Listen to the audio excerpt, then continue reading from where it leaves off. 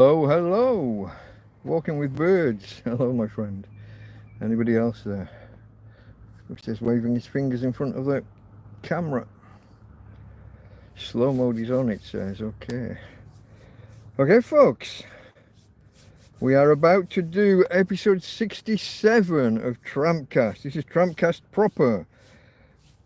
We are covering the week ending Sunday, May the 4th, 2025.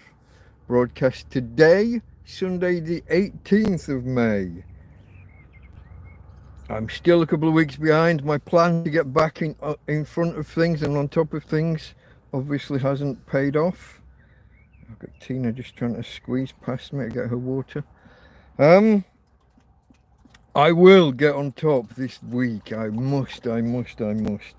Because I'm no good at doing this talking about 2 or 3 weeks ago. It's driving me a bit crazy.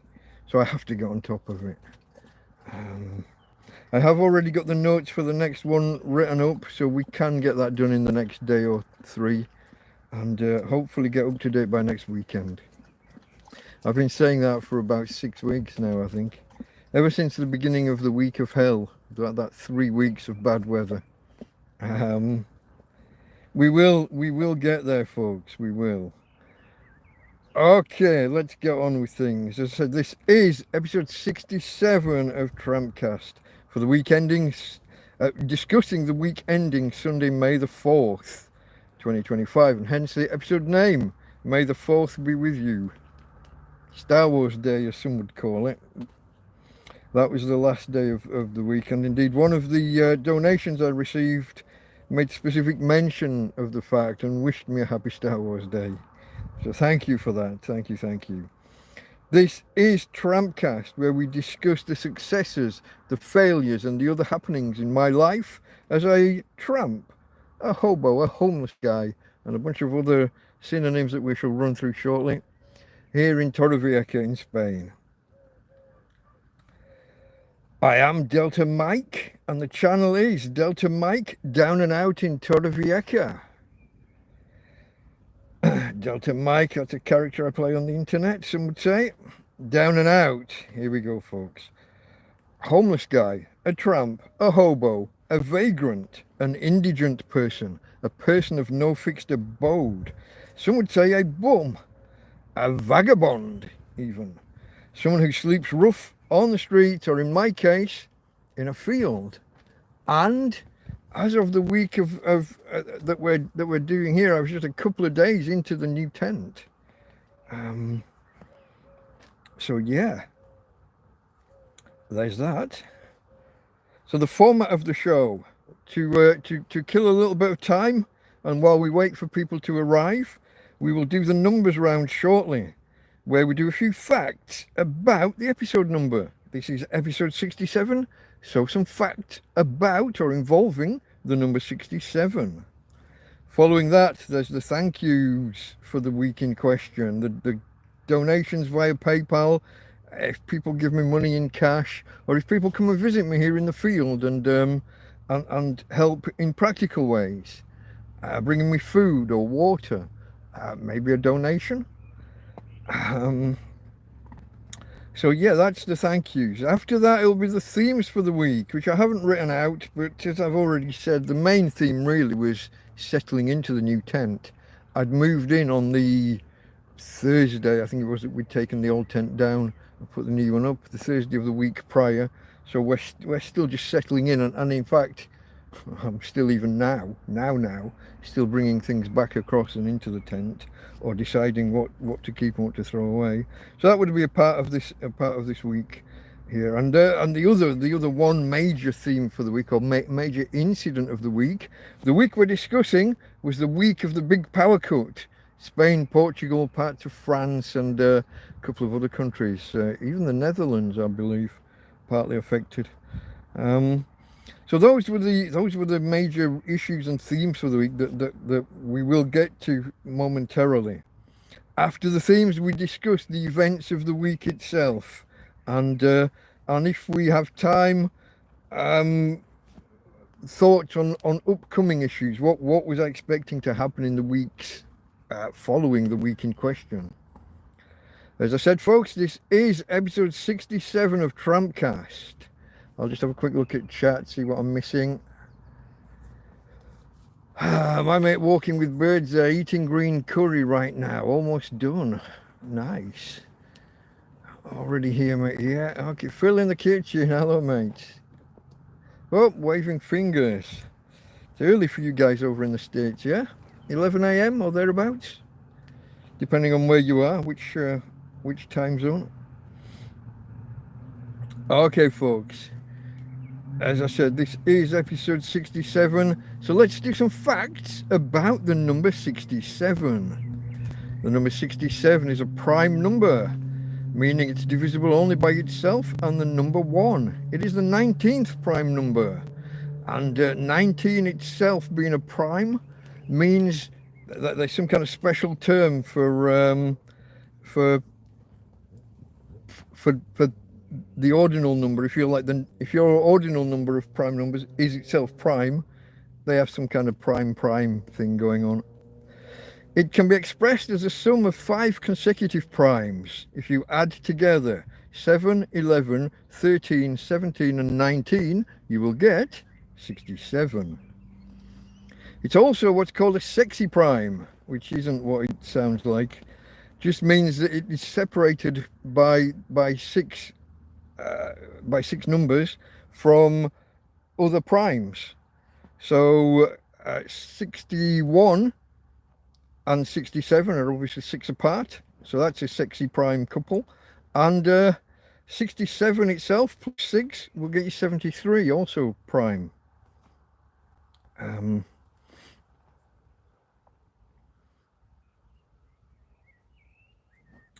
Where am I? Okay, in some countries, I think this is mainly the US, I'm not sure, but star 67 blocks caller ID. I don't think we have that in the UK. We dial 1471 or something, or 147. Okay, international direct dialing codes.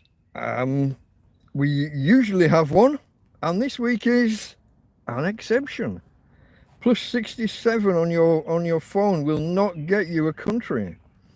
It is, however, the base of 10 different, actually 9. One of them's unused. 3-digit international direct dialing codes. Plus 672 will get you the Australian external territories.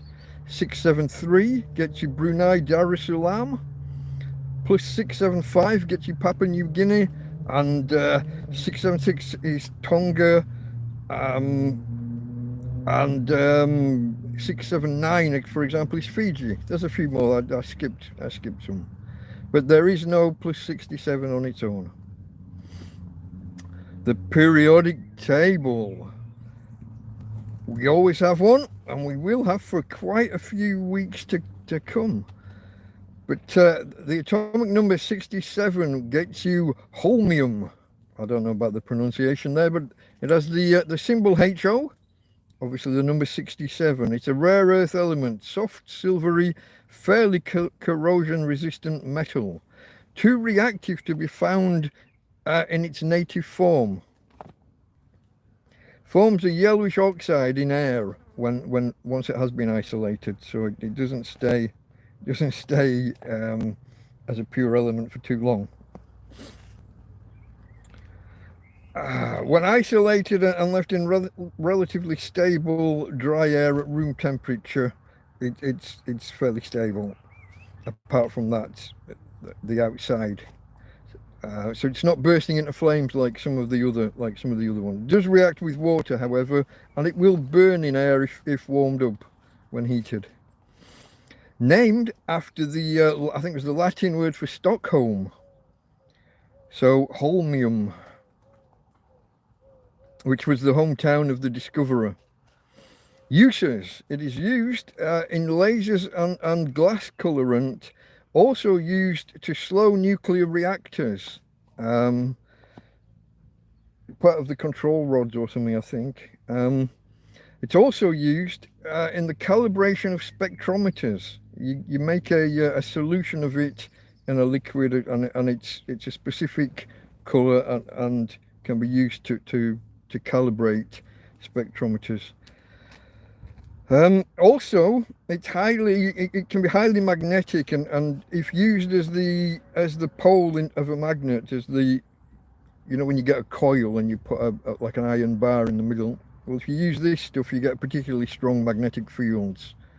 As discussed, it's using lasers, in particular medical lasers for surgery.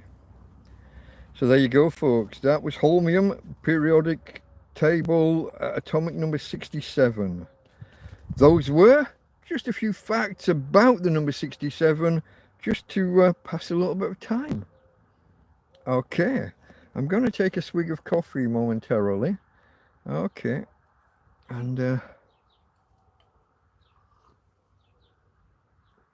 I had to take the lid off my cup. Well, I just made the coffee. It'd be too hot if I kept it in the insulated cup with the lid on. How are we all doing, folks? Who's out there? Walking with Birds will be right back. Quickly in the kitchen. Got a fly annoying me. Okay, I think I'm up to date with chat, aren't I? Did we all get the alerts? Did the alerts go out okay? And did you get the proper thumbnail? I have been shouting at YouTube again. I did actually manage to put it out first time this time. Let me just see if I can introduce her ladyship. I just need to unplug the phone a moment. Got it.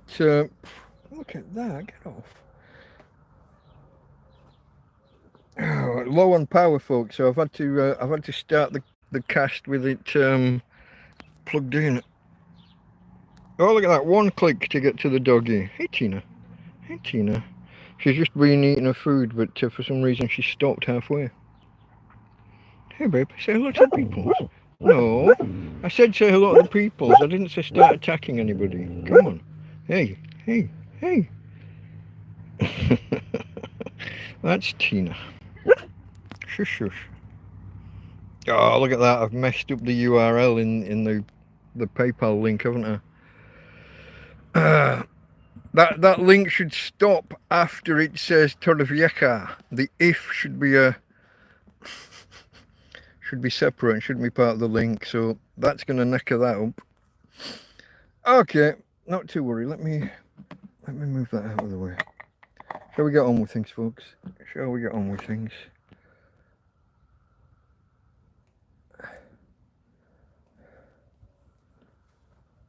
Yeah, the paper. I'll just say okay. I noticed it myself. Yeah, the IF at the end shouldn't be part of it. It should end with the A of Torrevieja.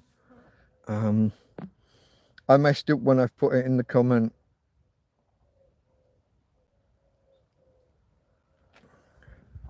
Where am I? I've scrolled right back somehow. Today I showered in the rain on the hill with clothes, of course, to clean both. It was nice, big clouds, fresh air, and got dried by the sun. Bird life. Remind me, Walking with Birds, Germany, is it? Or am I misremembering? Oh, cheers, Jack Attack. Stepping out of the shadows. Out of lurker mode. Cheers, mate. Thanks for that. Okay, folks. Episode 67 of TrampCast. We are 2/3 of the way to the ton. 2/3 of the way to 100. It'd be nice if I never got there. Do you know what I mean? If I got back to real life. But on the assumption that I will be here for a while, we'll push on and maybe within what's that? 32, 33 episodes. About 9 months. Just under 8 months or so. We should hit the ton. So that will be. Is that about Christmas? Christmas or New Year maybe? Maybe just after. Although I do have some catching up to do, so maybe we can get there. And that doesn't include the specials and the hangouts. So yeah. Okay, folks. On to the thank yous. In the week in question, the week ending May the 4th. See, this is another reason I don't like doing this. I'm thanking people for something that happened weeks ago, and that means that they haven't been thanked properly in the interim. Ivar H made a donation, and so did Terence G, my friend Terry. I haven't seen him yet today, I don't think, but donate and it was a that ain't cheap donation from Terry. Thank you. Ryan B made a PayPal donation. Thank you, thank you. Andrew P. This was the one that was a fantastic amount. Not just that, but this was the May the 4th. Have a happy Star Wars Day kind of message that he sent. So thank you from that, and also Thomas J. I think it says here was another PayPal donation. So thank you, folks. Thank you for this. In real life, in the real world, a chap called Ragnar came to the field and brought me a bag of food. I think he was leaving either that day or the next day, and he brought me the remnants of his cupboards, and we had a good chat. And he was asking, I think he's in one of the apartments that overlooks here. So he was asking, why am I here? Now, it's his second or third visit. He's been a few times before, but he wanted to understand the what, how, when, where, whys. Which, folks, if you don't know the whole backstory and you do want the long version, it is about 2.5 hours long. TrampCast 001. Everyone had been asking me for all the details, and I got all of their questions together, formed it into a bit of a structure, and told my story when I did my first live stream. TrampCast 001. It's all there for you. Okay, so Ragnar came into the field. My friend Tom also arrived in this week and brought the remnants of his food because he was heading back to Ireland for summer, basically. So I'll see him later in the year. And my friend Ismo was arriving in the country, and I think on the Saturday he came around, brought some dog treats, and went and got a few beers from across at the shop. Always appreciate a couple of cold beers on a hot day. I hope I haven't missed anybody. I am way behind with these things and with thanking people. I owe a few of you emails and things. I have to catch up with a few people. I will be doing that shortly. I'll do that as soon as I can this week, folks. Bear with me. I've just been in a bit of a funny mood. It's not all sweetness and light, living in a field, being a tramp. There are ups and downs, and but I will get back to everybody. I will get on top this week. I've been saying it for a while now. Okay, but yes, so thank you to all of those people. That was the thank yous for the week ending Sunday, May the 4th, 2025. Okay, as I said, folks, themes for the week was mainly settling into the tent and the big power cut. Adam and Mel, hello. Yeah, new tent is up, my friends, absolutely. It's been up a while now. 3 weeks maybe, or just maybe we're about to just start the third week. Maybe we're just starting the third week. It gets confusing, especially with me being behind with my notes and doing these shows about previous weeks. So it would have gone up the week before this. It would have gone up the week ending April the 27th. Yeah. Would have gone up in the Thursday of that week. You've been busy. Yeah, you've got a lot on, my friends. Yeah, absolutely. You've got a lot on yourselves. Okay, who else have I missed? Oh, I'm sweaty. It's a very hot day today. Almost summer. Yeah.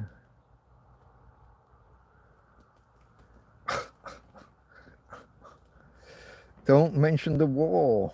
I mentioned it once. I think I got away with it. Okay, folks, let me get on with the themes of the week. As I said, there aren't really, and it was getting used to the new tent. It was completing the move in, trying to bring things across and stay organised up. And as you can see, I've failed miserably. Let me show you.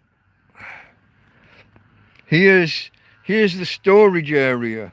I did just have to move a couple of bags to get my new fan in out of the way. The fan was stood here more or less where Tina is.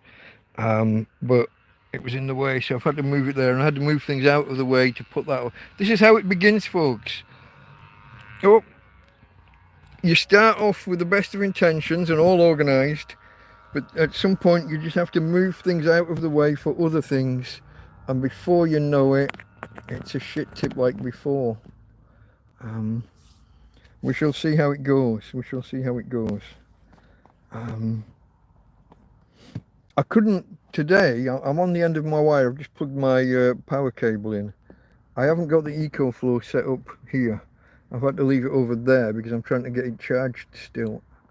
I had the cool box running. I guess you could put the cool box down as another theme for the week, I suppose. The electric cooler box there. Although it's got the sun on it a little bit now. I don't want that. That's less than ideal. It'll be in the shadow of the tent soon. But yeah, in the week in question, I think it's this week, I cleaned it out. It sat there all winter, and so far in spring, it sat there unused. And what I didn't realise was it wasn't quite empty. I got a bit of an infestation. We'll get to it. We'll get to it. The story's all here, folks. The story's all here. So the cool box, I guess, is one. The moving into the tent and trying to stay organised and you know, just trying to sort things and keep things as tidy as you can under the circumstances. And of course, the big power cut. The big power cut was an event. That was the week in question. So yeah, let me have another swig of coffee, folks, and we shall crack on with things. If you would, folks, thumbs up if you haven't already, and I can see that not many of you have. It's always appreciated. I guess I must have missed a line. There's a line I go through here, isn't there? Yeah, I stopped short of it, look. Thumbs up if you haven't already. Subscribe, or at least consider it. If you've seen more than 2 or 3 of my videos, and you think you're going to come back for more, do us a favour and hit the button. It helps you out, and it helps the channel. It helps you by making sure you're less likely to miss videos. You get the alerts and what have you from Google stroke YouTube, and it helps me just by knocking the metrics up and sending that little message to the algorithm, that little signal. Okay. If you want to check down in the bottom left corner of the player, you should see the word live and a red dot if you are here live now. If you're joined late, sometimes you can start and be running along behind us half an hour or 20, in this case 23 or 24 minutes. You could be typing things in chat that have no context because we've moved on. If you're watching this on demand, on replay, then similar, you want to use live chat replay so that you can follow any conversation. I have a terrible habit of just answering these guys' questions and not reading out their actual post. So for context, you're best off having the chat visible. And in all events, whether you're here now live or whether you're doing it on replay, on demand, you want to go for all messages, not top messages, or all chat, not top chat. Okay, folks, that's the admin out of the way. Cheers, just you. Cheers to you for being here. Cheers to the subscribers, and a very special cheers and thank you to the donors and to anybody that helps out.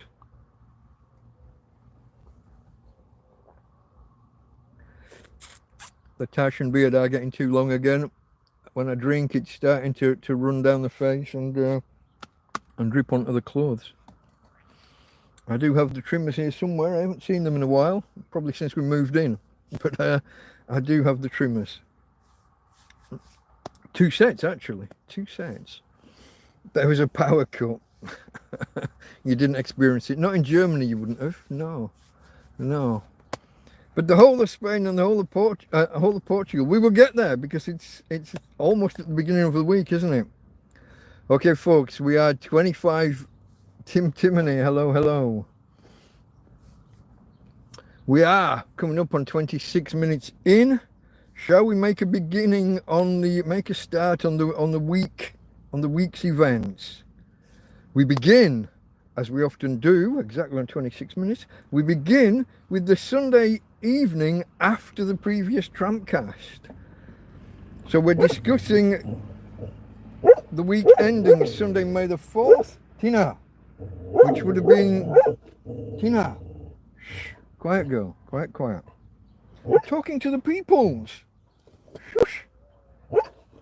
Quiet, it's okay. Hey. I think someone just dropped somebody off outside.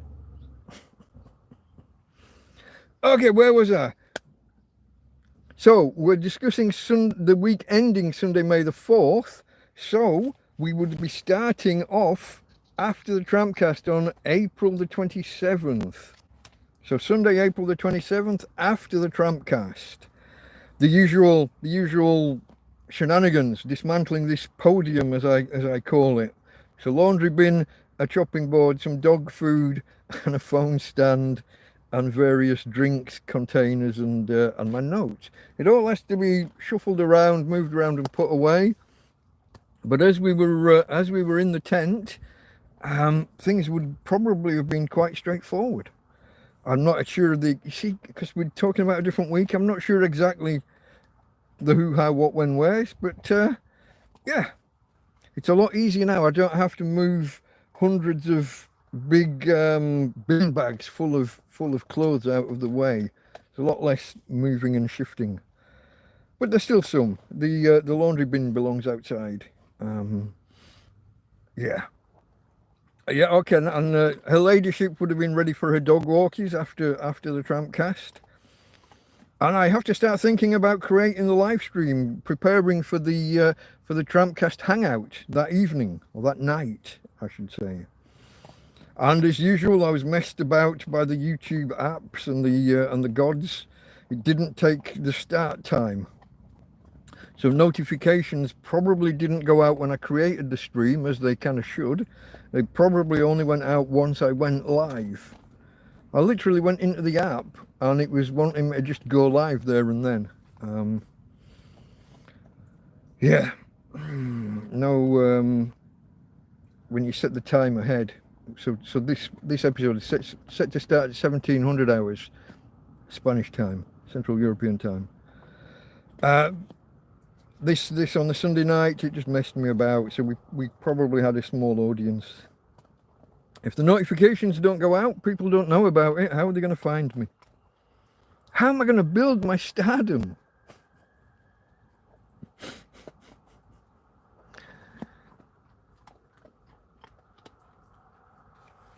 Okay.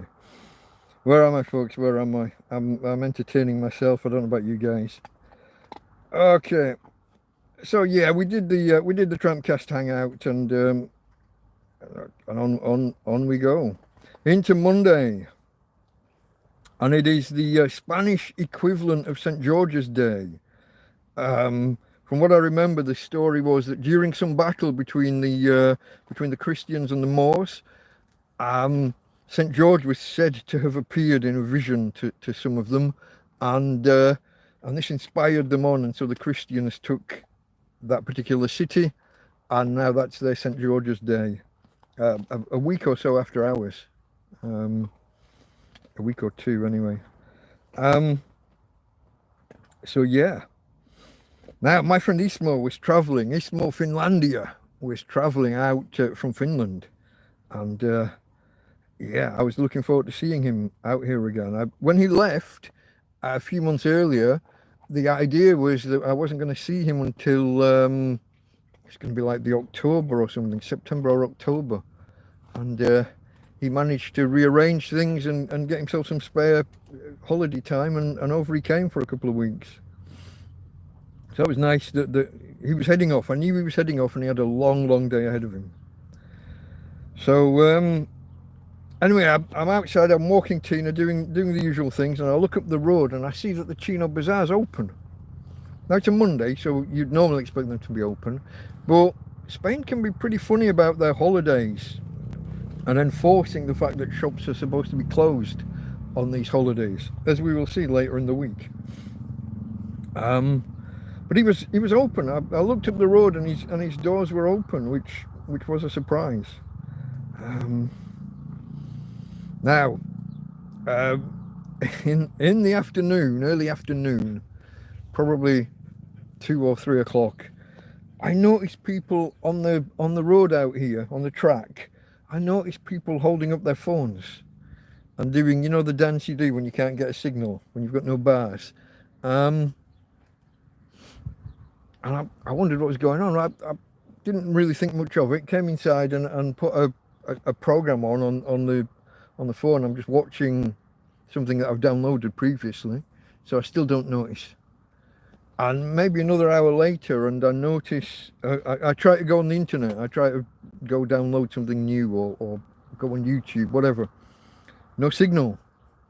And I'm thinking, hold on, I'm checking where I am in my billing cycle with Labara, and whether Labara are just messing me. But me and Labara have had a really rocky relationship, let's put it mildly. So I thought, I sat here for like half an hour trying and retrying, put the phone down, try again later kind of thing.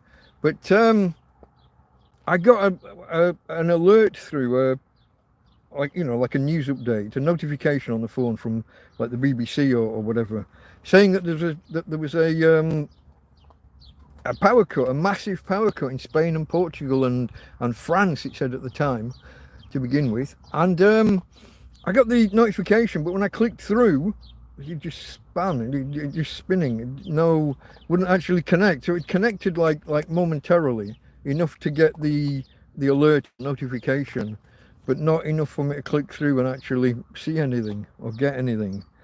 Tina, it's okay, babe. Leave the flies alone. Leave the flies alone. Deja las moscas.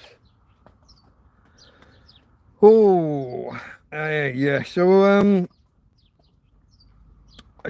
I had half an inkling of what was happening, but just from that alert. Otherwise, I wouldn't have known. I do have a radio, a couple of radios. One of them's broken entirely, but I got one that functions. But it would have meant digging it out and batteries and all the rest of it. It could have been done, but I knew what was happening now, so I wasn't bothered. I was sat here. I've got power. I've got a solar panel. I've got an EcoFlow. I'm all right, Jack attack.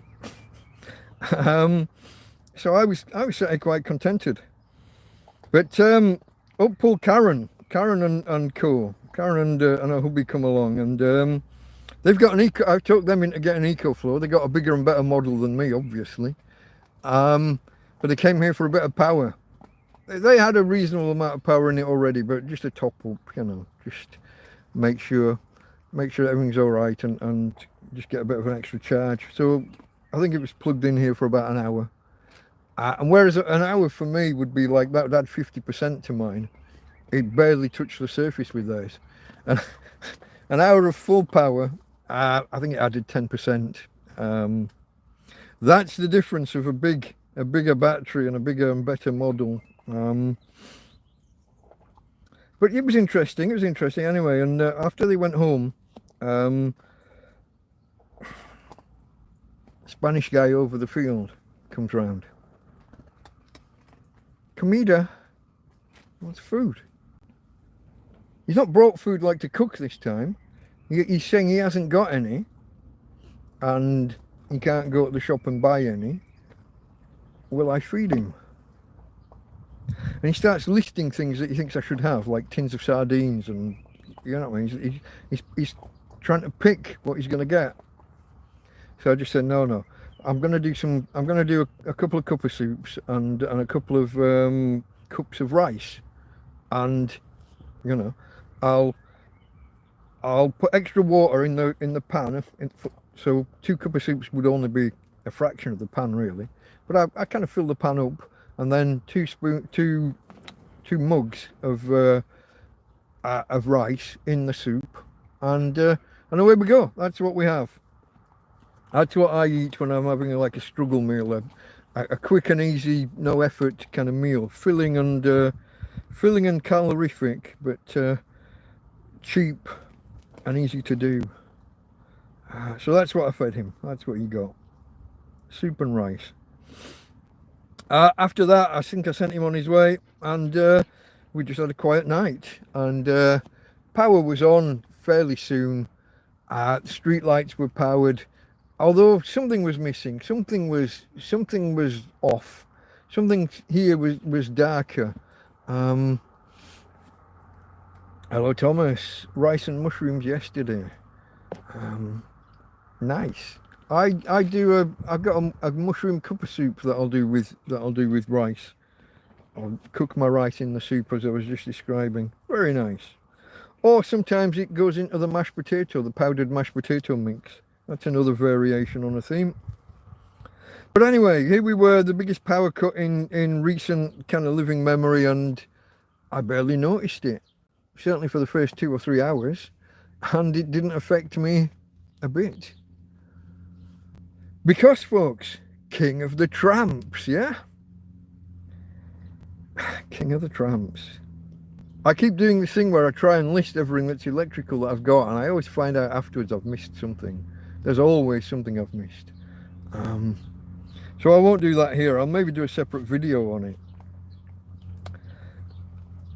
Now, during that power cut, actually, this was when my mate Ismo arrived in the country. He's in Alicante Airport. Now, they've got enough battery power or generators or whatever to keep like the runway lights or whatever on. And he lands okay, but they just rush them straight out of the building, straight through and out. Yeah, that was, luckily he was I think he was getting picked up. Was he picked up by a friend? Either that or it would have been the €7 bus, you know, the €7 coach that's always running. So he wouldn't have been affected. It's not like he was going to get stuck on a train or anything. So yeah, that was an interesting day. And obviously after that, once the power's on and the phones come back on and everything, you spend the rest of the night watching everybody talking about the power cut and what caused it, and all the preppers, you know, going on about what you should do, how you prepare. The answer, folks, is EcoFlow or similar. EcoFlow, Bluetti, Jackery.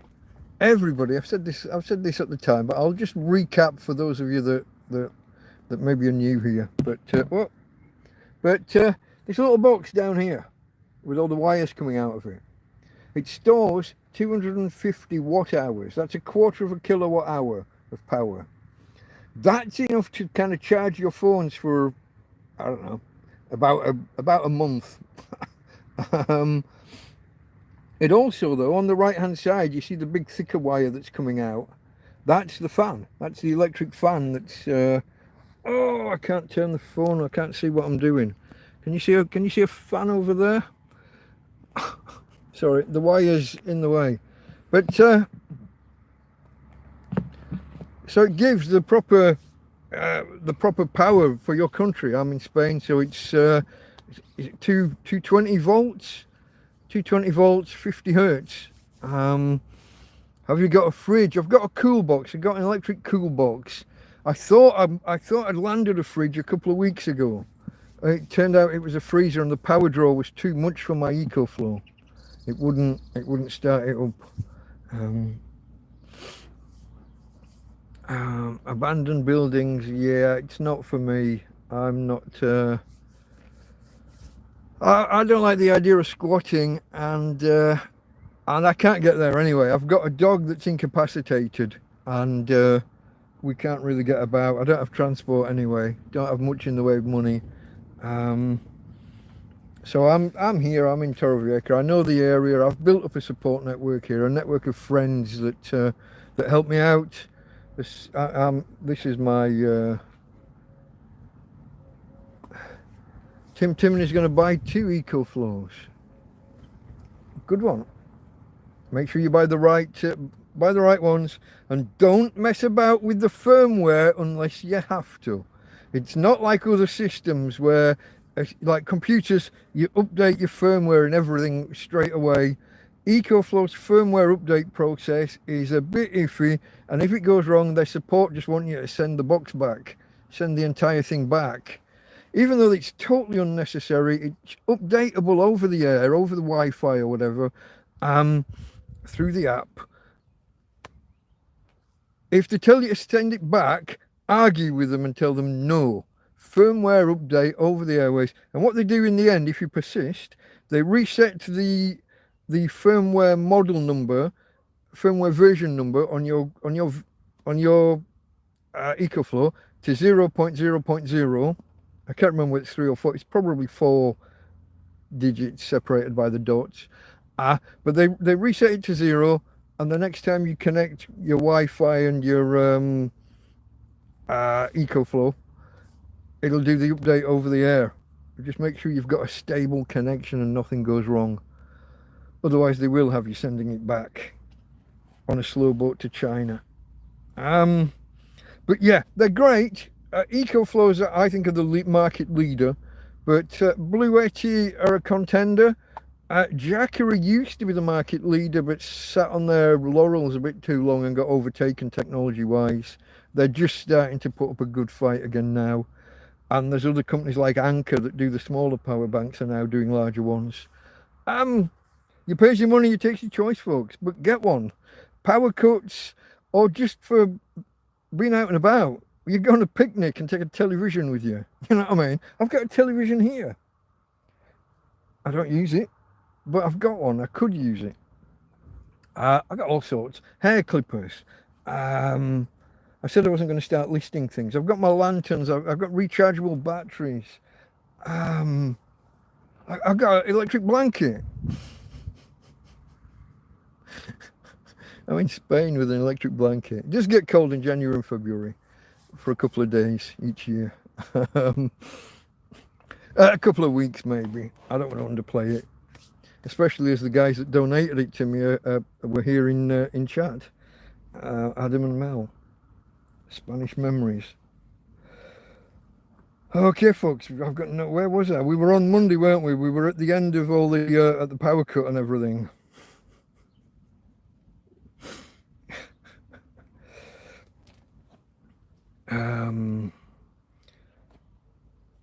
Okay, it says here that I made a video and I had it set to go live at 10, I assume 10 p.m. But I moved it to 6 a.m. the next morning to try and catch the late night audience in America. I thought some of you guys might have watched it if it went out at a better time for you. It kind of failed in the end, but it was worth a try. I think that was about the power cut and surviving and having the EcoFlow. I think it was in the thumbnail here. I've got the thumbnails from 2 other videos in the middle of the thumbnail for this one, and it was the end of the world as we know it, the Teotihuacan or whatever, however that acronym goes. The end of the world as we know it, Teotihuacan. I'm not a barmy prepper. I don't know all these things inside out. Okay, folks, so that was Monday basically, and yeah. Tuesday morning, 8:30, dog walk, no coffee, ran out. Horror. What do you do? Don't worry, it didn't last long. But yeah, no coffee. 10 a.m. Tina goes wild. There's somebody around here that shouldn't be, or somebody's in here where they shouldn't be. She goes wild. She races to the door and looks up the field. And this was where our friend Ragnar came strolling down the field, bringing a bag of food. And we had, like I said earlier, we had a little chat. he asked how come, he's been here once or twice before, usually just as they're leaving the country, bring the remnants of the fridge or cupboards, you know, whatever food that they've kind of mistimed, and the stuff they've got left. So it's going to be off by the time they get back. So they donated it in my direction. But he asks, you know, how come you're here? What's the story? And I tell him about how my banks basically stole my money. They've decided I'm not me, won't let me have my money, and when you haven't got money, you kind of end up living in a field, folks. You end up living in a field. So yeah, I tell them the story. As I said before, anybody who doesn't know the story, TrampCast 001 has the full details. There's a link in the description about halfway down. I link to my first ever video and to my first ever live stream. So yeah, he brought a bag of food and we had a chat. It was very nice. No. Quiet. Hey. Shush. Leave the peoples alone.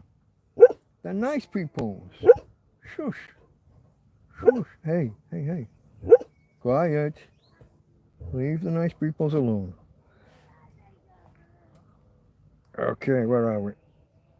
We're on Tuesday. That basically, folks, that's the only notes I've got for Tuesday. So I've got to assume it was just a quiet day in the tent, managing my power and watching videos and what have you.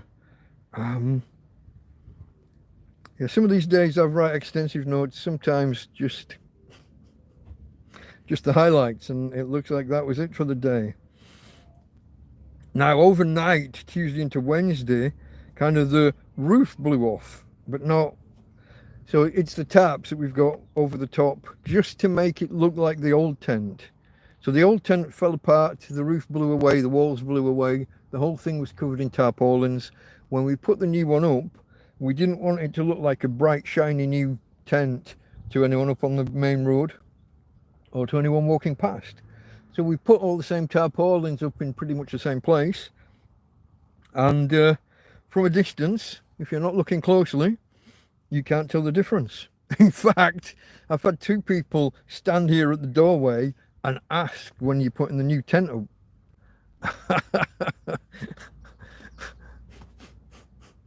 I'm in it. This is the new one. That's how good the disguise is. But we got a strong Wednesday was a very windy day. That's the I guess that's the story here. And I did do a video, one of the videos, I don't think I put the thumbnail for this one in, but was about it being windy Wednesday. It was the first test of the tent in what you might consider bad weather. Not rain as such, but just strong winds.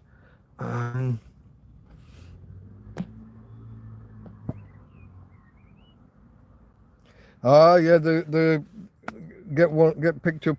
Yeah, don't you have to pay 10,000 euros to the traffickers to get in the small boats and get picked up? I'd have to either that or buy a canoe, and there's me and Tina paddling in a canoe over the English Channel. You ever seen the English Channel? It's a big block of water. That's not something to be messed with. You don't want to be in a canoe in it. That's not my cup of tea. Anyway, folks. So yeah, in the night I'm out and repegging the tarpaulins on, and I had to come in, and I've got a bag here with the extra clips. So I had to go out and repeg it and apply new ones, and this was where I found that every time I tried to pull it tight or taut, I could hear it ripping. The tarp that's on, I'm leaving it for another little while, but I do have brand new tarps here, and I am going to transition over to newer tarps shortly. I just don't want to do I didn't want to go like, whoa, big fuck off shiny new tent, or whoa, big fuck off shiny new tarps. So I think what I'm going to do, he says discussing his plans in public, where the enemy sometimes listen. The enemy do sometimes listen in. But I'm going to put the big shiny new tarp over the top, and then I'm going to put the broken old tarp over the top of that for a little while as well, just to keep the disguise going a little bit longer. And also it'll protect the new tarp to some extent from the ultraviolet and whatever other nastiness is getting thrown at the tent. If you remember, the last tent lasted basically 6 or 7 months before the roof blew away and the walls started falling apart. I want to get a little bit longer out of this one. That's the other reason for not moving around. I've got a shitload of stuff here. It took me 3 days to empty the tent, and it's taken me longer to bring it back in. I'd start giving, if I start moving around the country, what do I do with my cool box, my solar panel, and my EcoFlow, my fan, my television, my other bits? Problems start compounding once you're moving around. What's the ground like for bashing pegs in? 50% of all tent pegs will bend on impact.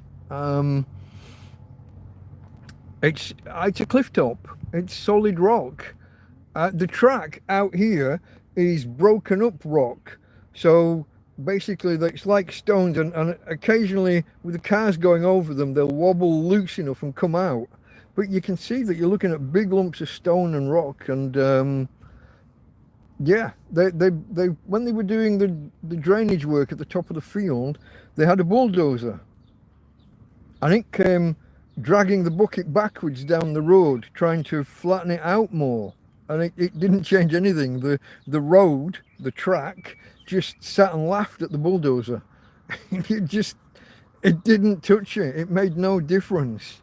He was trying to scrape up, like take the tops off hilly bits and put the rubble into the hollows. But it didn't.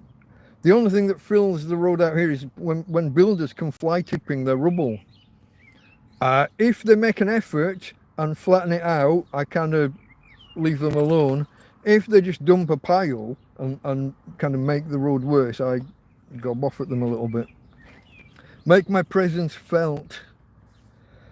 Okay, folks. So yeah, that's the way that we started Wednesday, with me not repairing, but reattaching the roof, and reattaching the tarps. And the wind carried on all through the day. The forecast was for 45 kilometers an hour. That would be your average wind speed, and then you got your gusts going up. I think I saw figures around 65 kilometers an hour mentioned at one point. Yeah, not good. So that was another case of just stay inside. Did a quick video about the weather, about the wind, I think. But I tried to make coffee. I managed, but it took twice as long as it should, because of course your gas isn't igniting in place. Half your gas is getting blown sideways before it lights, or the flames are getting blown and the flames are missing your pan. So I think I only made one lot of coffee that day. Speaking of which, cheers to you guys.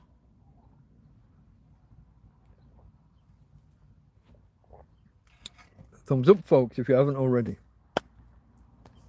Cheers.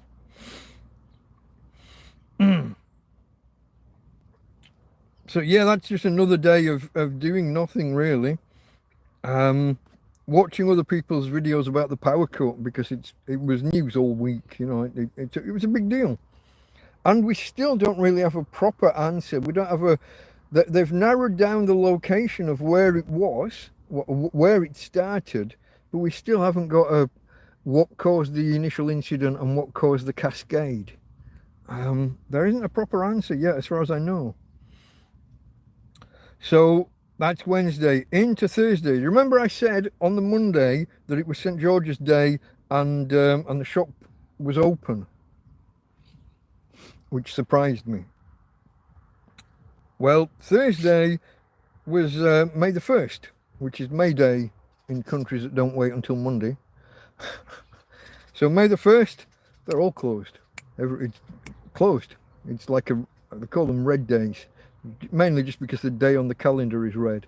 I don't know if the Spanish actually call them that or if it's just Brits, but a lot of people talk about red days, and the shops are closed. And as far as I understand it, it's actually policed. It's a rule, or should be. I think certain shops can make a certain number of exceptions throughout a year, but not many. So Thursday, Chino Bazaar's closed all day. Most other shops and supermarkets are going to be closed all day.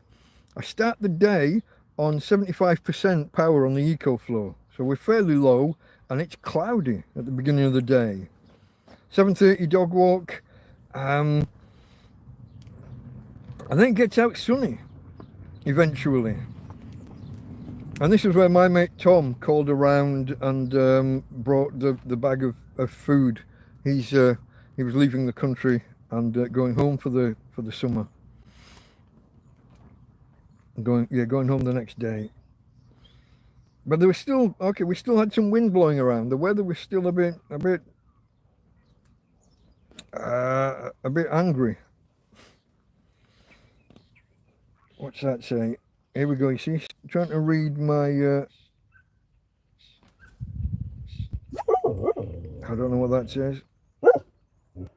Okay, the forecast for the next day mentions storms, and the news articles start talking about darners.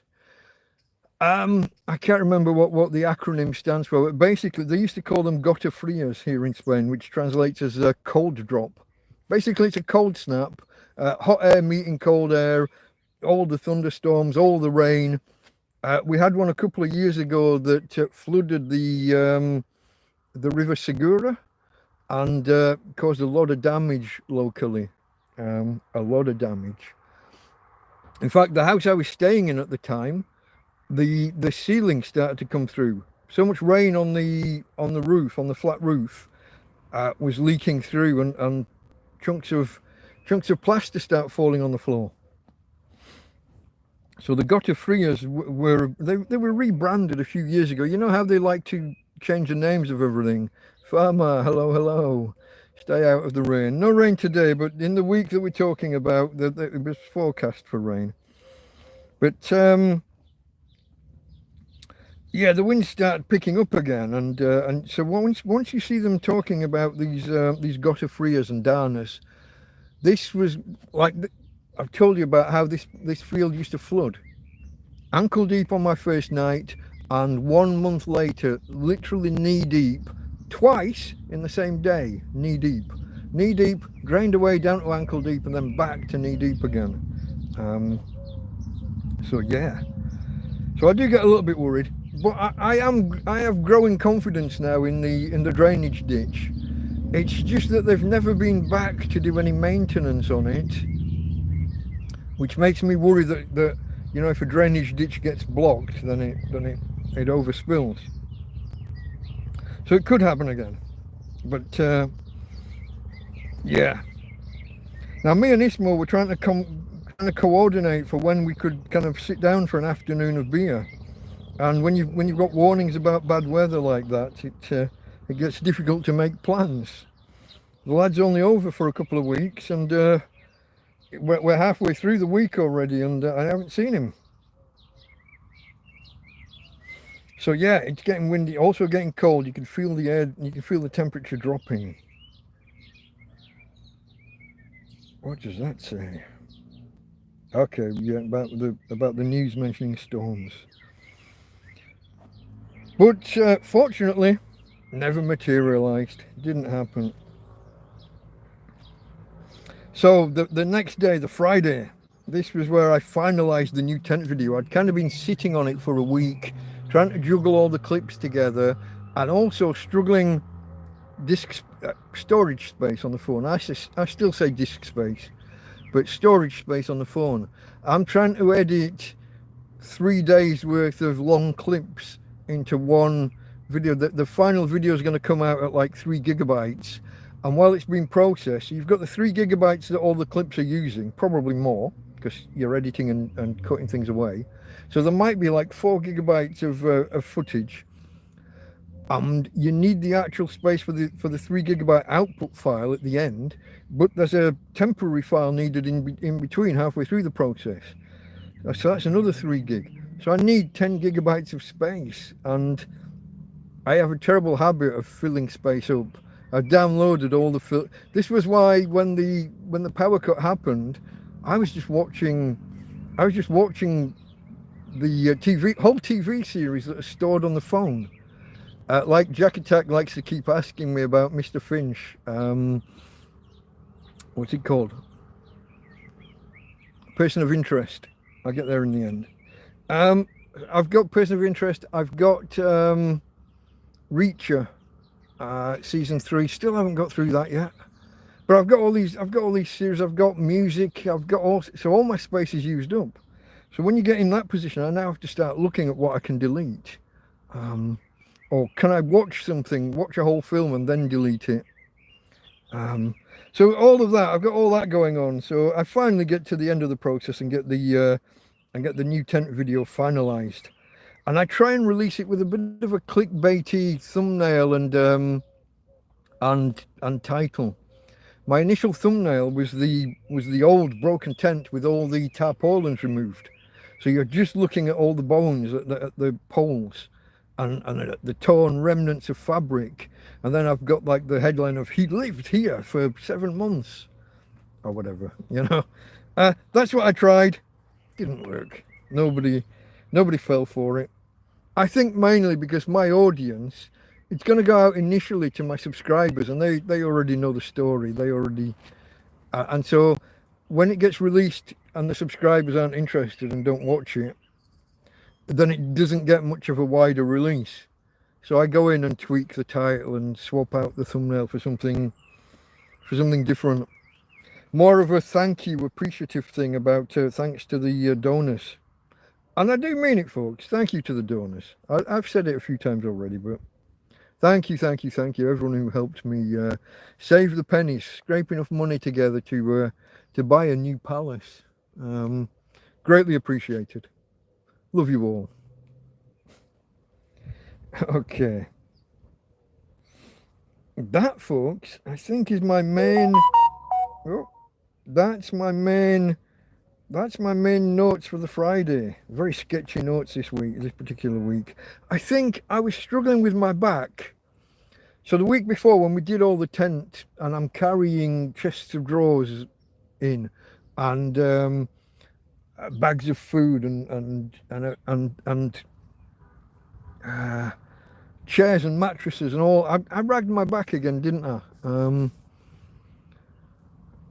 Are you away from where the water runs, at least, Mike? My tent is right next to what looks like a path coming through the field. That's the dry riverbed. If the water were to come here, it would be while it's a small stream, it will just be running past my doorway. But once it's of any quantity, no, I'm right in the... And I know that's the wrong location from a survival or a camping point of view, but I picked this location to be next to this track so that the people who are walking to the beaches or cliffs and back will see me and would help me. It's quite manipulative, folks. I am, I'm a canny lad. I've got it up here. But it was about visibility. I moved into this field with nothing. A bedroll and a dog and a bag of dog food and a little bit of water, and the idea was to be seen, for people to see that I was here and to see that I would need help, and for them then to help me. Like I said, it sounds a little bit manipulative, but I guess that's what this YouTube channel is as well, folks. So hey guys, here I am in a field, no money from the UK, no money from Spain. I've had the welfare guy here. The head of the welfare team was sent by the mayor, but all he did was get me arrested. No help. Top man from the welfare, from the the social security, or it's Bienestar, which translates roughly as welfare. I guess. Don't get me started because he was a cunt. Okay. That was my Friday, folks. Waiting on the weather forecast was for these storms, and we're waiting on them. And okay, Friday night into Saturday morning, and it kept trying to rain a bit, but not really happening. Just spitting, we would say, or spitting or spotting. 3:30 in the morning, though, a car comes up the road, so from the cliffs up the road, and stops right outside the tent. That's weird. Now, it is something of a lover's lane, but you would expect that the people would have gone to the bottom of the of the track to do whatever they're going to do. What I didn't want was an hour of hanky panky, loud music, maybe, or the appreciative noises that they make for each other outside, and my dog's going wild just at the fact that there's somebody outside. Um, um, the comment about claiming the land, I would have to be a citizen or whatever it is, and registered. I haven't got any of the paperwork. I'm here illegally. They're not going to start granting me land rights. And besides, I can't even get to the land registry to claim it. As far as I know, the land is owned by somebody. They just can't find him. And he hasn't complained about me being here. So that's what I told them when they were trying to arrest me and tell me that I had to move on and that I was camping illegally. I just said it's... Until you get a complaint from the landowner, it's none of your business. Anyway. I do lose subscribers when I talk like that. People think that I'm being confrontational with the authorities. But standing up for myself. It's not trespassing until you've been asked to leave by the owner or his representative. They kept saying it was the land was public, i.e. owned by the Ayuntamiento, the town hall. But whenever I challenged them to prove that fact, they failed. They took my name and details about 5 times and told me that they were going to go to a judge and the courts to get me trespassed. And nothing ever happened of it. Whether it was a wind-up, whether it was just bullshit from them, I don't know. Or whether they did go to a judge and he laughed them out of court. I've got no idea. I don't know. But I don't want to be all arrogant about it. It's just that I do now have a criminal record thanks to them coming along and arresting me. And, yeah. Tina girl. Tina. Shush. Hey. No, it's just someone pulling in to let someone pass. It's okay. It's okay, they've gone. Well done. You defended the camp. You're my hero. Come here, babe. We'll have a cuddle. You're my hero. Thank you for defending the camp. Woohoo! That's my girl. Okay, let me get on with this, folks. Where are we? We're only an hour and 8 minutes in, an hour and 9. And I'm up to the Saturday already. So maybe I'll take a little break from that and have a look at chat. Let me go back a bit because I'm bound to have missed lots. Do you think I can go back to the beginning and work forward? Oh, I remember this part. That's when Walking with Birds was going to check on something. There's the PayPal link not working. Jack Attack did post an updated link. If you scroll back, if anybody is interested, I know I've botched the one in the top. It should end with the A of Torrevieja, and I've got the IF of if tacked on at the end, appended at the end. Working forward. Okay, fill in the kitchen and Jack Attack. These are my brethren from over on Big Clive and Scruff Dog.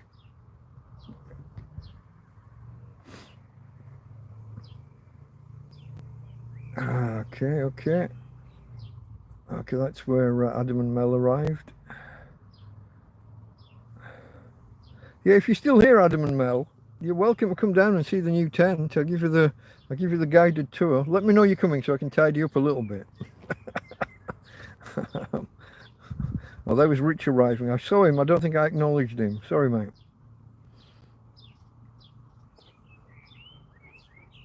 Walking with Birds thinks he's getting a thunderstorm in the next days or weeks.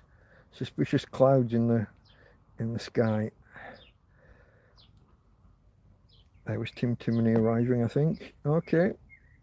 Power cut, what power cut? Okay. Grey clouds outside. Yeah. Oh, there was the rice and mushrooms and okay. Abandoned buildings. Yes, just not for me. Fridge.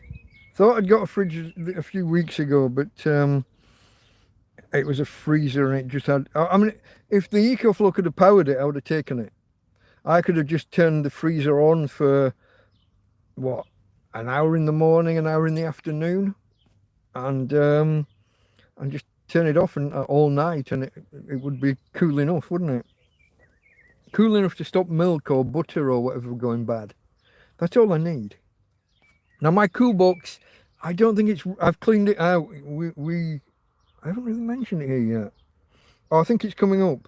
I have cleared. I had to clean out this infestation, and I had to take it apart in the end and brush out a load of like insect husks or insect. I don't know what they are, but I had to do it. But I don't think it's running as efficiently as it was last year. I did a video when I first got it where we could get the temperature down to 13 degrees from 38. So that's not bad. When it was in the tent at 38 degrees and it got the contents down to 13, that wasn't too bad. It was better than I remember it when I watched the video back. This year, I've got a thermometer in there that doesn't get below 20. But when I put my hand in, it's cooler than that. I think it's a crap thermometer. So I've got my clock. Oh, you can't really see it from here, so I won't try. I got the clock that I used in the video the other year. I'm going to put batteries in and put that inside the box and retest, see where we're at, because I don't believe that it's only getting down to 20. I pulled something out the other day that was cool, like a cool drink, and it was there's no way that was 20. 20 is warm. 20 is hot for a drink. That's rearranging, folks. I've got a bad back, as I mentioned. I moved something around earlier, probably while I was setting all this up, and I just twisted just to move. Nothing heavy, but I just got that little twinge. I've snagged my back again, or ragged my back. Got that little ache again. I never go more than 3 or 4 days without catching it with something. Not like physically knocking it, but just turning or twisting and oh, there we go. We're back to square one again. It's annoying, and I'm going through the painkillers faster than I like. More than 3 a year. Okay, I'm talking too much and I'm not drinking my coffee fast enough. I left the lid off too long and it's gone cold.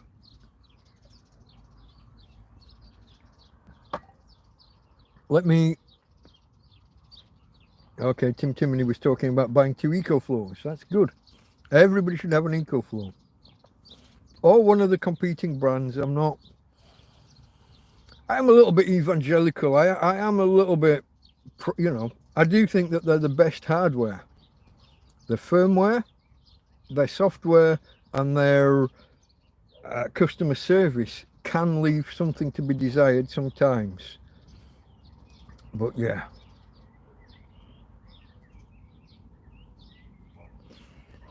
You saw a video where oh, this was Tim Timony. I don't know if you're still here, Tim Timony. You saw the video where Tina got this, where she walked out of the tent. Yeah, she's a bugger for that. When she wants, she can drag herself and get out of the tent and move around to some extent. When I want her to move, I have to bloody carry. She won't shift.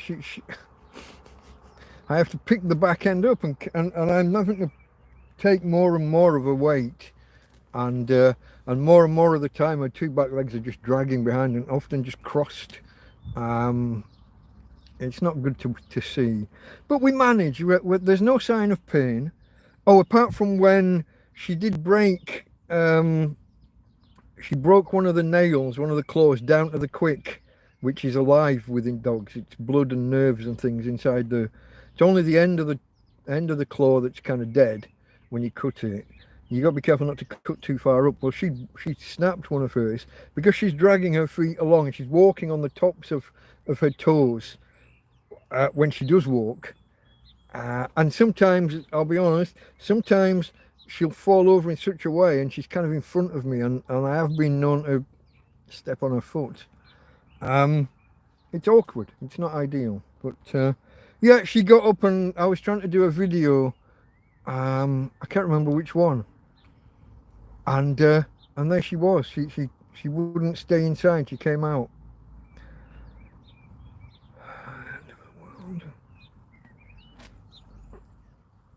Okay, there was the boat question. Yeah.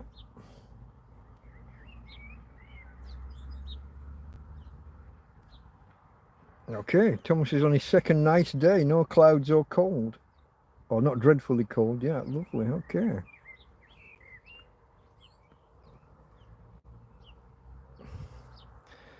Okay, so which Simp City?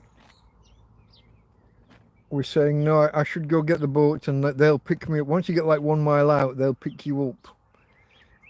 Kind of, sort of, but isn't that only the like the more organized ones? The dinghy with 50 fighting age blokes on it. Let's not. Yeah, let's not go down that route. I don't know about like a single bloke and his dog getting in a boat to try and get across the channel without paying the 10 grand to the organized people smuggler types. You like it there then? I don't. I mean, I came to Spain deliberately. I came to Torrevieja deliberately. It's only that my finances went bad when my bank stole my money. I kind of do.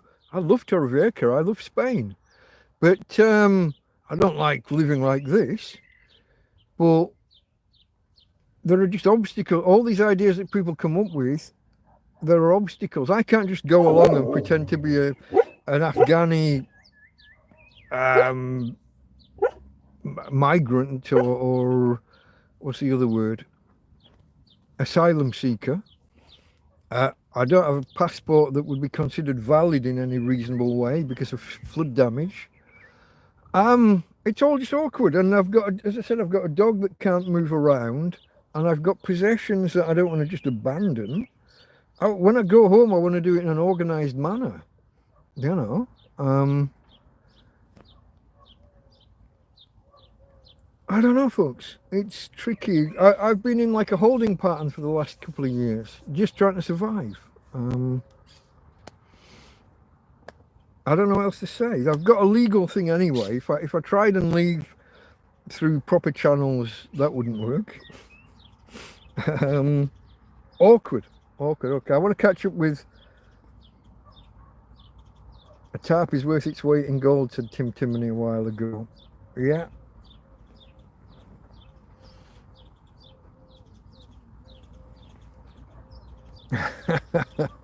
You need a car with a car boot to do yeah, you need a car with a boot to do a car boot. You can see the weakness in that idea. Okay, yeah.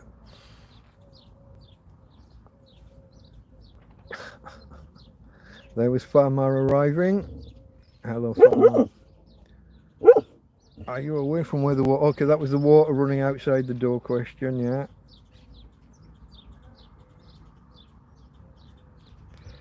Far enough away from the water while it's a small trickle. But what happened the first night I was here, I watched this trickle build, and then I saw like a ripple come down. So once all the puddles join together, and then it becomes a little stream, and then there was like a tidal bore came down the path, and then the whole field was ankle deep in water. Now the grass was longer then, so I picked all my stuff up. It was all wet. I was lying on the floor at the time, and I picked up everything was wet and ruined. I picked everything up and hiked it up and onto this long grass, and me and the dog just cuddled, wet but warm. You can stay warm when it's wet. I'm in a country like Spain. It's rarely cold. This was October the 10th, so we're still quite warm really. And we spent the night cuddled and stayed warm together, absolutely wet through. And the next day, me and Tina and a bag of clothes went 500 meters that way, and we went and sat on these public benches, and I laid out a bunch of, well, I drained, first I stopped at the foot wash to rinse out all the clothes, because flood water is quite nasty, smelly, stinky, horrible. So I rinsed all the clothes out and made them even wetter again, yeah. And then we went and sat on these benches on the cliff tops and sat in the sun, waited, we literally waited for the sun to come up and got ourselves dry, and then started drying clothing and bedding and things. Came back halfway through the afternoon. I'd left the mattress that I'd got, the bedding that I'd got, which was just a rolled up mattress from a sun lounger. I'd left that positioned in the sun for one side to dry. I didn't think we would get the whole thing dry in one day, but I thought if we can get it halfway, maybe it would be dry enough to lay on at night. And actually we came back halfway through the afternoon, turned it around, put the other side facing the sun, got the bed itself perfectly dry in a single day. So we got the bed, the bedding, some clothes and ourselves all nice and dry in one day, and then we'd got the rest of the week to sort everything else out. Some of my electronics were still working, so that was not everything though. But some were still working for a little while.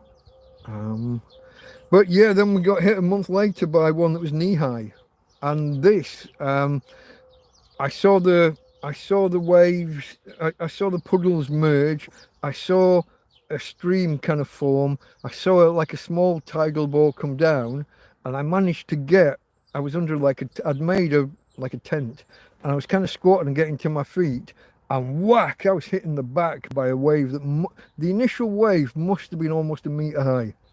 The wave hit me like on the back and the back of the neck while I was kind of squatting and trying to get up. And heavy bags, heavy holdalls that I'd got with me, all my belongings again, but the heaviest bag I'd got was knocked 5 or 7 meters that way, kind of thing, by this wave. And as it settled, it was knee high, and we waited and waited, and it dropped to about ankle deep, and I thought, oh, it's going to drain out soon, because it's running to the beach, running to the cliff tops and away, so it would drain. But it got down kind of to ankle deep, top of your foot kind of thing, and then wham, another wave basically, and the field was just full again. And so we headed off. We went to a lady called Anita. I just headed for her house, and asked for a cup of coffee, and sat in the sun once the sun came out, which was a while later. Sat and had a couple of cups of coffee. She gave me a blanket and some dry clothes, a pair of sweatpants and a I think it was a hoodie. And we came back and started the process of drying stuff off again.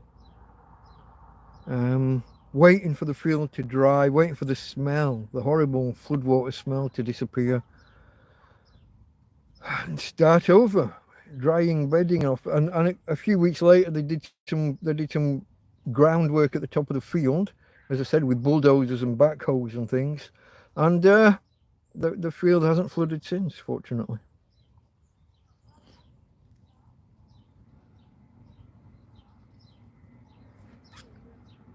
Explaining the tributaries that flow past. Yeah, well, claim residence.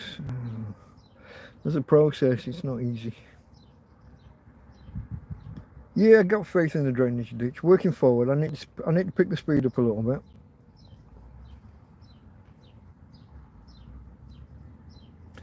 Thomas says it's interesting to tune in and see how you're getting on.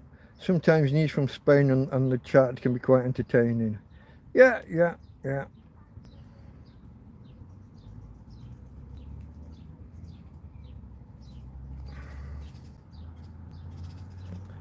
Okay, which city's talking about claiming the land? Yeah, if there was any land here that was unclaimed, I believe it would just automatically be either public or owned by the crown, owned by the king.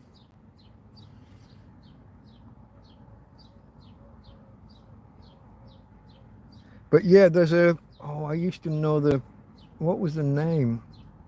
There is a process in a lot of countries like if a building is unused for a period of time and somebody just moves in and does it openly, you don't hide, you move in openly and start living in it as if it's yours and do maintenance and things like that, do all the things that you would do if it was yours, and it brings the property back into use. Basically, society wants property, including buildings, to be used. They don't want them to lay dormant and unused. And so it's called adverse occupation, adverse something or other.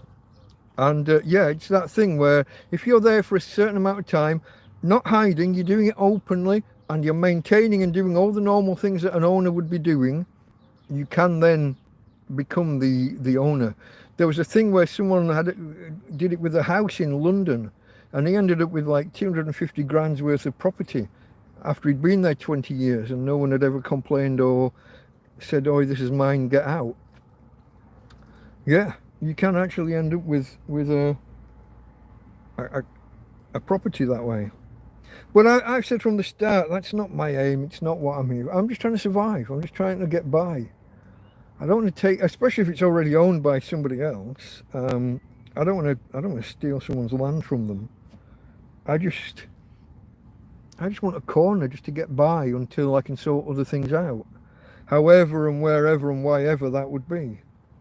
Let me move forward. I need to move on.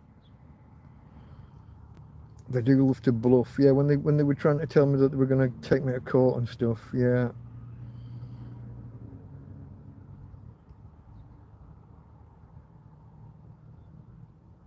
Oh yeah, when the stream does come down, yeah, when we have strong thunderstorms, like when you get one of these downers or gutter fleers as they used to be called, cold drop, when you get heavy rain, you'll be amazed at the stuff that washes by and washes away. Big stones that get moved. So where the path, where the riverbed kind of exits just past the tent here, if I've got anything outside, the stuff just tend to move that way. So like some of my water bottles, especially the empty ones, but other things as well. The pile of stones that can be there. And other people's rubbish, where people have just thrown bags and stuff away and it's blown into the field, but then it all just gets washed away. So I do end up having to take a bin bag out and gather stuff up and move the stones out of our way, because we do use that path for getting in and out. For the first year or so, I never exited this way. We always went up and out through the field that way. But over time, it has just become a little bit more convenient, as things do. A millionaire landowner, it'd be nice, wouldn't it? But yeah, the team that I hear from Scruff Dog. Do I listen to Spanish radio? Yeah, I did. When I first got the radio, the lady I was just talking about before, Anita, whose house we fled to when the second half of the second flood happened, a few months later, she bought me a small transistor radio, we would have called them back in the day. I don't know if the term still applies, but she bought me a small radio, and once I started the the channel, Damien brought me one of those survival radios, those wind up solar power and can be charged with USB. And it was great for a month or two, and then one day it just stopped working. The other one still works, the one that Anita got me, but it's very difficult to tune. But I do listen to music on it occasionally. My previous phone, again, Anita and a lady called Tina got together and got me the first phone. That one did the radio thing with the headphones. So it had a little radio app, not internet radio, but proper FM and AM or whatever it is, and FM I think it was. And I used to listen to the radio via that mechanism. Yeah, but there are some English channels as well over here. They're local. They are Spanish channels insofar as they're based here, but English language. So yeah, I did used to listen to that. Won't the sun energy, the solar power the fridge? In theory, yes, but just not with the EcoFlow I've got. This model probably doesn't have the. It's the initial kick when you first turn one on. After 3 seconds, it kicks in with the. What's the word I'm looking for, folks? Compressor. Kicks in with a compressor or whatever it's got going on in there, and there's an initial draw, an initial spike of power that's higher than, well, certainly the fridge that I tried, the freezer, sorry, it turned out it was a freezer. The freezer I tried had too high a draw for this EcoFlow. My friend Karen's EcoFlow would probably have powered it no problem. She got the proper Delta, is it a Delta 3? I'm not sure which model. There's at least a kilowatt hour of power stored in that, maybe 2, I think. She won't have got the base model. She'll have gone upper level from the bottom. Something like that would power a fridge. Mine, I can only buy what I can buy with the money I've got and the circumstance I'm in. I can only do what I can do.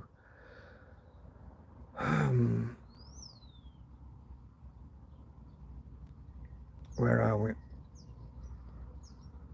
Propane fridges, yeah, that's true. For the camping ones, yeah. But I mean, your gas is going, isn't it? I don't know how long they would run. I've never used one. I don't know much about them, but yeah, they are they are a thing. They are a thing. Thomas Erickson, buenos dias.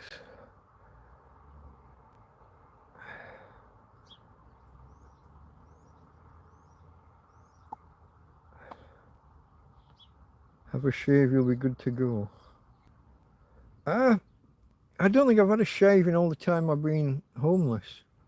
I've taken it down to the bone. I've taken it down to the smallest stubble you can get. But I haven't done a full shave.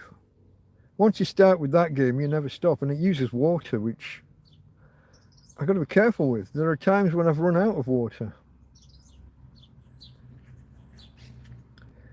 Which city is still talking? You're talking like I'm an Afghani or whatever. If I arrived on a boat, they're not going to treat me the same as they're treating those guys. Don't forget, it's 2-tier Kia. Everything's 2-tier now in the legal system and what have you. I would be treated as a British national.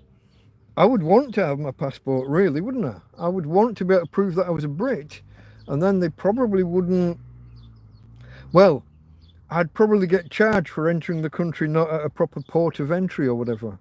I don't know. I'm not sure what would happen if a Brit actually turned up on one of those boats. Has it ever happened yet? Somebody go search the news and see whether... Have any Brits ever gone and back into the country that way, along with the other migrants?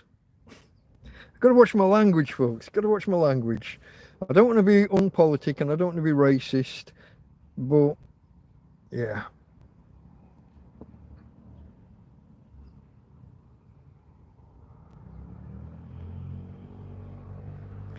How would one go about, Thomas is asking, how would one go about moving many possessions internationally? Furniture such as a wardrobe. You pay removal companies and you pay a fucking fortune. You pay by the kilogram, I think, for most of it, and or by the pallet, and it's a fortune.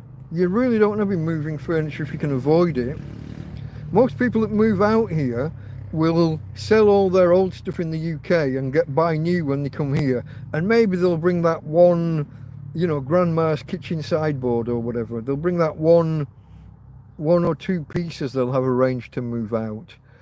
For me, it's more like the EcoFlow, the solar panel, maybe the cooler.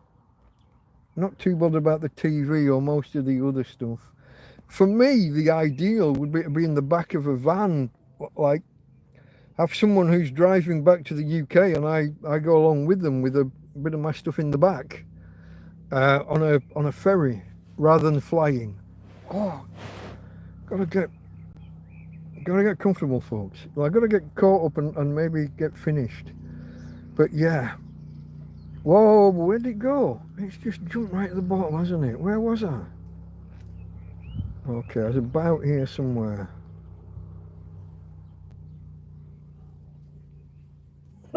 Okay, there we go. That's Thomas. Okay. Hopefully there are reputable companies. I think so. Oh, it's done it again. It just jumped right at the bottom. I'm going to have to keep hold of it. Tina, girl.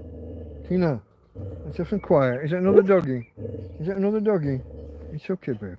It's okay. You don't have to keep protecting you don't have to protect the camp from everybody. Hey, you're okay.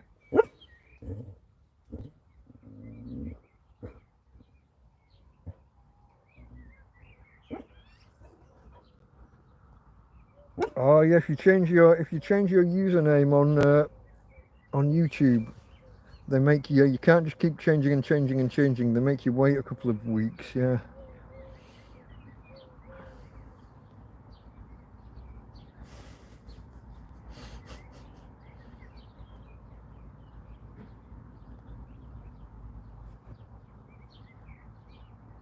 Don't step in the sewage water. Yeah, I'm not sure in Spain. I don't think they do the drains the same as like in the UK. I'm not sure. I don't know what it would be sewage water, but it would be there would be like dog poo and stuff. Whatever's in the road. So it's sweeping down two hills to get here. The water. This is the problem, and the one big hill there that has Torre del Moro at the top. The road comes down and then it sweeps around a bend. Well, the water comes down and doesn't necessarily sweep around the bend. The water carries on in a straight line and into the field, partly from that far corner. The stuff that is on the road or that's coming from the other hill meets at the bottom here and comes in this side. So you get water coming into the field from two sides. But it does now get channeled away in this drainage ditch, as long as it gets maintained. Okay.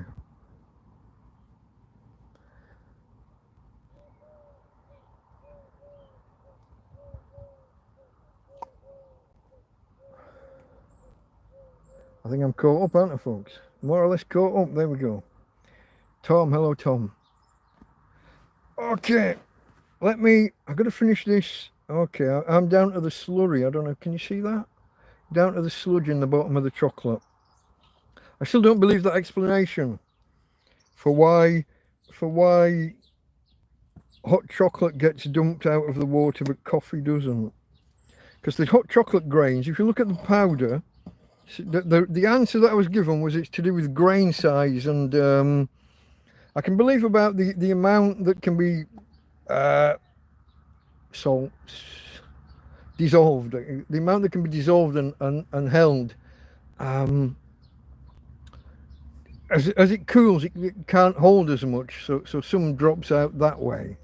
I don't believe about the grain size, because if you look at the grain size of hot chocolate, drinking chocolate, versus coffee, it's a lot finer and smaller. The chocolate's a lot finer. So I'm not sure why coffee dissolves totally. Instant coffee dissolves totally, but hot chocolate just always has that residue. Always. Never had one that didn't do the residue.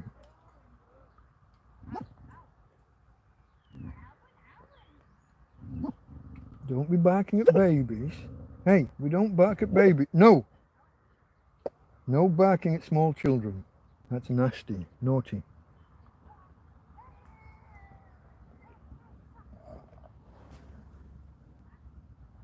Oh, my back. See, I just did something silly, bending and twisting, and my back went. Okay, folks, let's crack on. We were on Saturday, weren't we? We were on Saturday, the last I left off. This was where the car parked outside and people were starting some hanky-panky. I went out with my head torch on so that they knew that there was someone here. And they kind of saw me and reversed slowly back down the road towards the cliff tops again, but backwards. So they'd already been there, decided that wasn't the spot for hanky-panky, and they wanted to block the whole road and do it right outside my tent. Fuck off. No. So they went back down to the bottom of the road. I'm stood here with my head torch on, and I put it on full beam, and it's pointing down at them. In the end, they get out of the car and they walk off along the back onto the other cliff top, past the Spanish guy, Pepe, and his dog Viva. And Viva starts barking and growling. Yeah. But yeah, for a while though, when they stood outside the car, when they first got out, there was like a standoff. They were like staring at me and I'm staring at them. All a little strange. I am going to have a painkiller after this one, folks. So, Saturday continued. Yeah, the reverse down the road got out awkwardly and upset the other guy's dog. Okay. 8 o'clock till 8:30. Tina walkies. She decides to go for a bigger walk than normal for some reason. And like I said, 8:30 this would be, right? I'm making my coffee, and Repsol would normally be open 7 o'clock-ish. 8:30, not open. The garage, the petrol station, gas station, whatever you want to call it, not open. That was strange.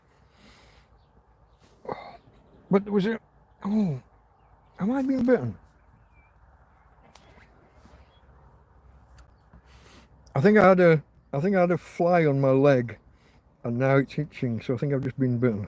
That's not nice. But yeah, but what was weird though, there was a big Repsol tanker parked on the forecourt, and I think he was waiting for the staff to be there so that he could get access to whatever tank or wherever they store the petrol underground in the big tank. So I was looking at that. It was a bit suspicious. I thought maybe some kind of robbery or something might have been afoot. But 9 a.m. still there and the shop not open. So I was a bit worried at this point, but I think it resolved itself. I stopped worrying about other people's problems. 9 a.m. Thunder and lightning. Very, very frightening. At least for Tina. Or at least the weather forecast says it's going to be thunder and lightning. We get a bit of rain, and the forecast says we're going to get this thunder and lightning, but I don't know if we did or not. Let's keep reading, shall we? I've got no idea. Yeah, we got rain, but the sun was shining at the same time though. We're taking 25 watts in on the solar panel. We're on about 80% on the EcoFlow, but it's only topping up slowly at 25 watts. And this was where I decided to clear out the cool box, which has been sat unused for 5 months, 6 months. And what I didn't realise was that I'd left something in, some food. had gone very, very bad and attracted a colony of, I don't know what, like these tiny flies, but they all left these little husks. I don't know whether they were, well, they won't be eggs, but I don't know. When maggots hatch and come out, do they leave behind little casings? Or it could be the dead bodies of whole generations of flies doing an evolution thing inside the case. Whole generations could have been living there. Anyway, I have about 4 different goes at washing it out. So at first it's just a paper towel and just scooping them out. Then I'm brushing them out. Then it's washing with a little bit of washing up liquid and clean dish detergent, you might say, and a couple of goes at that. But at this point, I knew that there would be some in the mechanism somewhere gumming up the works, but I didn't have a screwdriver to get in, so I just had to do what I could do for that day. And later on, I got a screwdriver from a friend and took it apart and brushed the. If anyone's interested, I've got photographs. I don't think it would have made a good video, but yeah. And even now, like I said, it's running, but it probably isn't as efficient at cooling as it was. And these things are not great. They're not brilliant either anyway, but it's running suboptimally, though, I would say. And you've got that grinding kind of fan noise. See, there's 2 fans. I didn't realise. When you opened the lid and I unscrewed and there was a small fan there, but there's a bigger fan on the other side inside the lid. I need to get in and I think I need to take the lid actually apart. I'm looking at it and it looks like it needs a spudger or something to get in.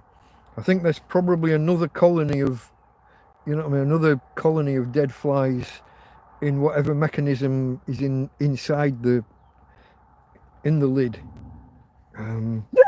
No.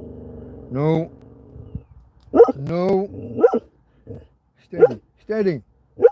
Hey. Quiet.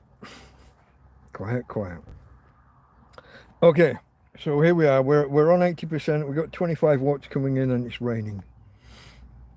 Oh, and I'm cleaning out the. It cleared up a bit, and I went out and cleared out the dead insects, whatever they are, beetles, flies, whatever they are. Yeah, we got down from 30 degrees to 20 degrees, which I don't know whether I trust that reading though because of that thermometer. The ideal really would be to put a bag of ice in there once or twice a week, or as I said recently, rather than a bag of ice, because some of those supermarket bags of ice, when they melt, all the water just comes out of the bag and into your cool box, into your food. A 2-litre bottle, 3/4 or 80% full of water, put in the freezer and frozen. That way, when it defrosts, it's not going anywhere. It's still in the bottle.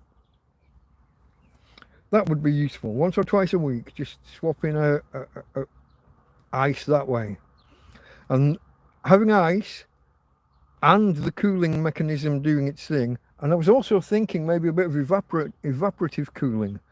If I was to wet a towel and put that in, and then as the fan's going and air's moving and it's doing its stuff, as the water evaporates from the towel, I used to just do that out in the field. If you look at some of my early videos on how I kept food, how I kept it good, how I kept it cool, I just used to wet a towel and wrap it around a bag of food, and as it evaporates, you get the cooling effect, don't you? Evaporative cooling. I might try that inside the cool box as well soon. And I think I tell myself that here at some point in my notes. But yeah, I'm sure that 20 degrees isn't correct, but so I just put when I got it running, I put a few pop bottles in and just ran it while the sun was shining. But I forgot to turn it off. I left it too late, so I think I ran down the EcoFlow a little bit too much that night. Keeping it running when there's no sun on the panel and risking being low on power overnight. I also forgot to check the temperatures after I'd ran it for a few hours. Now, my friend Ismo came around, 2 o'clock. I've been waiting all week. He's been in the country almost a week at this point, and I've not seen him. So he comes round at 2 o'clock with a bag of always a bag of dog treats. You should see Tina. All you have to do is mention Ismo's name. And she's up and around. All the treats from Uncle Ismo. Hey, Tina. Uncle Ismo. Yeah, you love your Uncle Ismo. If you're out there, Ismo, keep peace.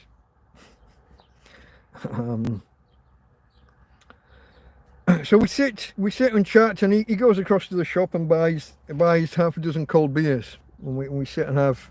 I think he had 2, and I think I had 2 as well, but I think he left me with a couple to bring in at the end. Thank you, Ismo. Cold beer on a warm Spanish day, always appreciated. Now, this was the night, wasn't it? This was the night where there was no Scruff Dog. So this was the Saturday night. Scruff Dog was away camping and couldn't get a good enough connection. So Big Clive did an extra half an hour. Instead of doing 1.5 hours, he did 2. And there was a gap there. There was a gap in the market for someone to step in and do some kind of live stream for the rest of the crowd. But I was dead on my feet. So this would be midnight-ish, my time. Big Clive starts 10 o'clock Spanish time. Itching, I've been bitten. But I walked Tina at midnight, and that was me. I couldn't stop yawning. I couldn't keep my eyes open. So unfortunately, I didn't get to try and bring across all of Scruff Dog's audience after. Big Clive's and Scruff Dog's audience. I didn't get to entertain the masses. Not that I would have had anything to talk about either, but there you go. So an early night by my standards, basically bed at midnight or shortly thereafter. Sunday morning. Well, it's still night really. 3:30, 4 o'clock. Woken up by screeching English on the main road, fighting as they stagger home from some hostelry or other. Possibly fighting as well. There was a lot of, he ain't worth it, he ain't worth it, come on. I'm gonna kill you, you bastard. All of that. All of the usual entertainment that the English can provide.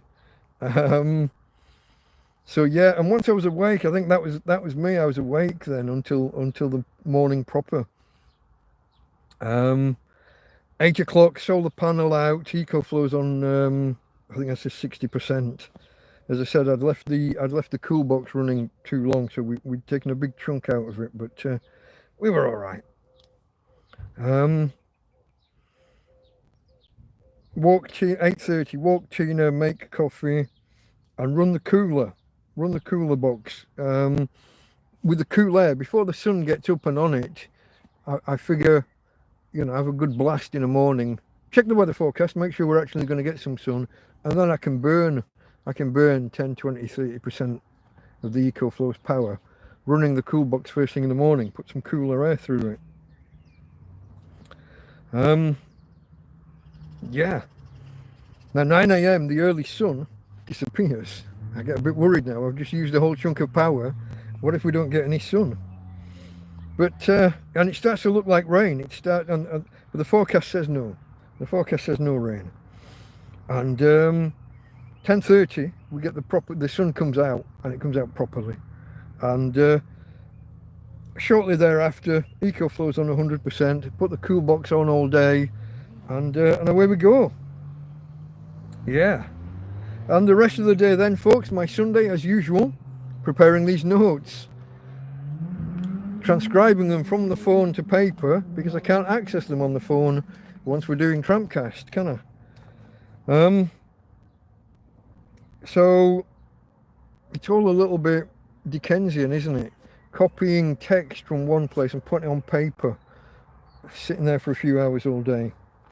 doing all this and getting the numbers ready for the numbers section. But preparing for TrampCast. Which TrampCast would it be on this particular day? May the 4th. Not sure. Do I say? I do not. I just put preparing for TrampCast and doing TrampCast. So that would have been May the 4th that we broadcast that one. That's 2 weeks ago, so 2 versions before this. That would have been TrampCast 65, possibly. I'm not sure. Maybe. But there you go, folks. That's us up to date. I'll have a little sip of coffee and I'll go back to chat and see what you're all talking about. And if there are any more questions.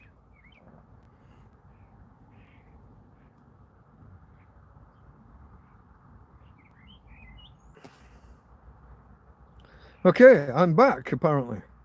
How long was I gone? I didn't even know I was. Oh, here we go. We're talking about the undissolved chocolate particles and fat. Doesn't mix well and settles at the bottom. Operator error, did somebody say. Not drinking it fast enough.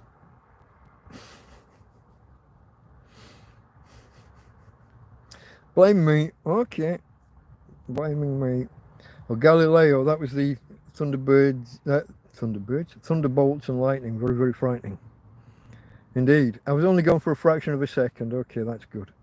That's good. Okay, folks, what do we want to chat about? Does anybody want to chat? Or are we done? Have I kept you long enough? We are coming up on 2 hours. I guess the next question is, TrampCast Hangout tonight or not? I'm not sure, especially with my back. Mind you, I'll be laid down. I can lay down and stretch out a bit, maybe. Although I do have to twist to keep in front of the screen. I don't know, folks. I don't know. Let me just check that I'm still okay for power. I am. It is still plugged in and charging slowly. For some reason, it's only drawing 5 watts. Tina. Hey. This is supposed to be a top-end phone, folks. It's in a USB-C socket. USB-C to USB-C, so there's no messing about. It's not USB-A to C. It's USB-C. It is a Samsung Galaxy Z Flip, blah, blah, blah, blah. And it's so bad at charging. Shouldn't a modern phone be able to draw more than like 14 watts? That's what it will do at best. And it spends a hell of a lot of time on 5 or 9 or 10 watts. Maybe it's a bad cable? Don't know. Maybe the EcoFlow socket isn't all that. I don't know. EcoFlow River 2. Can anybody quickly tell me what the USB-C socket's supposed to be able to output? I would have thought it should do a lot more than 14 watts.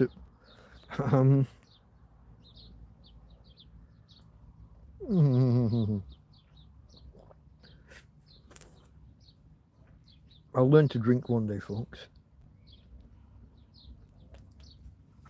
Pepe appearance again. He did appear once in the week, but did he? Oh yeah, he wanted water for his dog. Correct charger for uprated. It's a wire straight from the EcoFlow straight into the phone. I don't know. There is no charger, just a wire and an EcoFlow. Oh, and a back. Okay, folks, we're coming up. We have 1 minute to go. I think I'm gonna call it quits on the 2 hour mark. Oh,